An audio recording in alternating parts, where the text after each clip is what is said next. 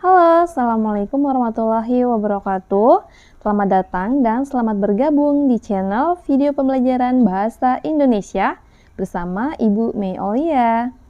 Ayo semangat belajar, karena belajar bahasa Indonesia itu menyenangkan.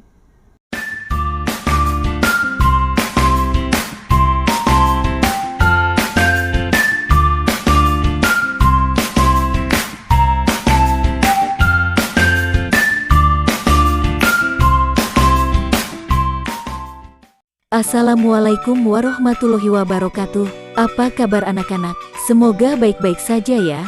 Seperti biasa sebelum belajar kita berdoa terlebih dahulu.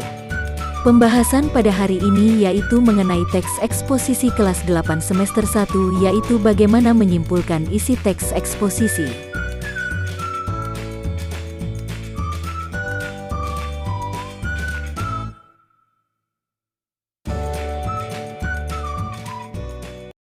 Teks eksposisi merupakan bentuk tulisan yang menjelaskan atau menguraikan suatu ide, pokok pikiran, pendapat, informasi, maupun pengetahuan untuk diserap oleh pembaca tanpa bermaksud memengaruhi.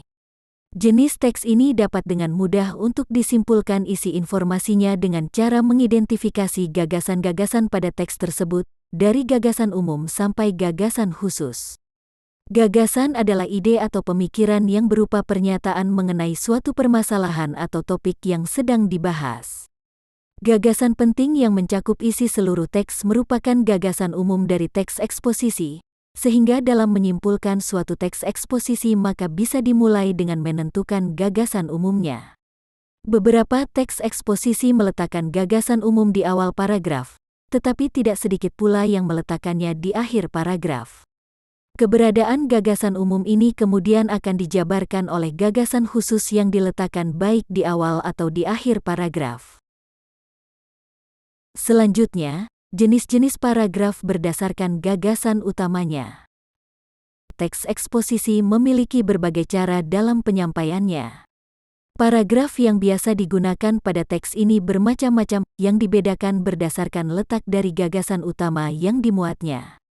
Berdasarkan letak gagasan umumnya, paragraf terbagi ke dalam 3 jenis, yaitu paragraf deduktif, paragraf induktif, dan paragraf campuran.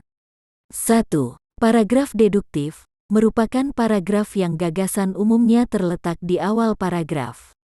Gagasan umum terdapat dalam kalimat utama, kalimat berikutnya adalah kalimat yang berisi gagasan penjelas atau disebut dengan kalimat penjelas. Contoh, penyebab kerusakan lingkungan hidup secara umum bisa dikategorikan dalam 2 faktor, yaitu akibat peristiwa alam dan akibat ulah manusia. Letusan gunung berapi, banjir, abrasi, tanah longsor, angin puting beliung, gempa bumi, dan tsunami merupakan beberapa contoh bencana alam. Dalam paragraf tersebut menunjukkan gagasan umum yang mendasari munculnya gagasan penjelas. 2. Paragraf induktif adalah paragraf yang gagasan utamanya terletak di akhir paragraf atau pada kalimat penutup paragraf. Kalimat sebelumnya merupakan kalimat penjelas yang berisi gagasan penjelas yang kemudian disimpulkan pada kalimat akhir sebagai gagasan umumnya. Contoh, saat ini kita sudah memasuki musim penghujan, banyak sampah yang menumpuk akibat kita sering membuang sampah sembarangan. Terlebih lagi mendangkalnya permukaan saat ini.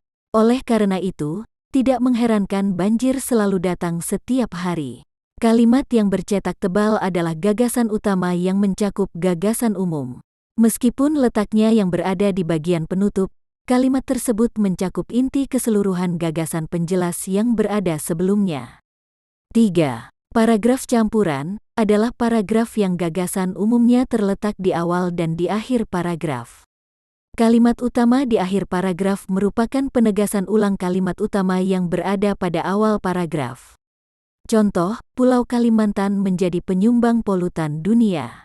The United Nations Industrial Development Organization, UNIDO, memperkirakan sedikitnya 1.000 ton merkuri dilepaskan setiap tahunnya oleh Pulau Kalimantan.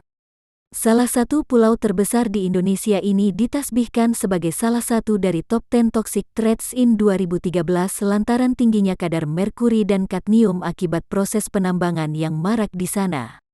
Oleh karena rekor yang didapatkan, Pulau Kalimantan menjadi salah satu tempat dengan tingkat polutan tertinggi di dunia.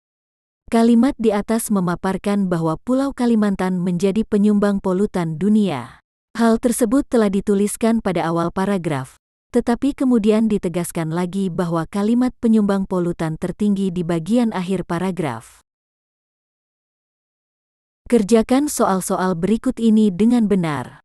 A. Tentukanlah jenis paragraf-paragraf di bawah ini berdasarkan letak gagasan umum atau gagasan utamanya. 1. Saat ini pasar untuk animasi remaja memang belum terbentuk. Di Indonesia, tayangan animasi remaja belum populer, baik di televisi maupun layar lebar.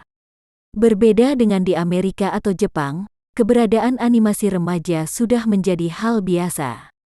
2. Bisa dikatakan kalau acara ini akan berlangsung seru.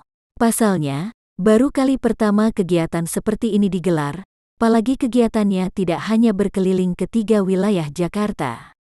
Ada acara puncak yang bakal digelar di Kafe Tenda Semanggi, KTS. Isinya lebih banyak berupa hiburan buat anak-anak yatim. Tentu saja terbuka buat umum dan mereka pun sangat tertarik dengan acara tersebut. B1. Bacalah sebuah teks eksposisi yang lain, baik yang ada di dalam buku ini maupun sumber-sumber lainnya. 2. Secara berkelompok, cermatilah gagasan umum yang ada pada setiap paragrafnya.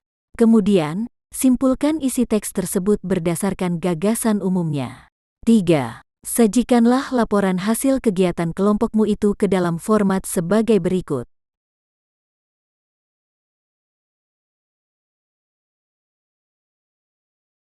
Demikianlah pembahasan kita hari ini, semoga bermanfaat, dan buat kalian yang belum subscribe, silahkan subscribe dan tekan loncengnya supaya kalian mendapatkan notifikasi terbaru dari video saya.